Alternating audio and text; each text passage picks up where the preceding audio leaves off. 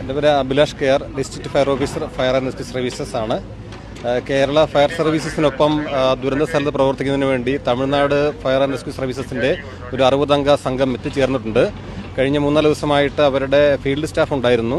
അപ്പോൾ ഇന്ന് മുതൽ അവരുടെ 12-അംഗ ഡോഗ് സ്ക്വാഡും സ്ഥലത്ത് എത്തിയിരിക്കുകയാണ്. അപ്പോൾ നമ്മൾ രാവിലെ മുതൽ സംശയമുള്ള എല്ലാ ഭാഗത്തും നമ്മൾ ഡോഗ് സ്ക്വാഡിൻ്റെ സഹായത്തോടു കൂടി സെർച്ച് നടത്തുന്നുണ്ട്. എവിടെയൊക്കെ ഈച്ചകൾ പറക്കുന്നുണ്ടോ അല്ലെങ്കിൽ സ്മെല്ല് വരുന്നുണ്ടോ അവിടെയെല്ലാം നമ്മൾ ഇവരെ നിയോഗിച്ച് നമ്മളവിടെ ഹിറ്റാച്ചി ഉപയോഗിച്ച് നമ്മൾ ഡിഗ് ചെയ്ത് സംശയം ദൂരീകരിച്ചാണ് പോകുന്നത്.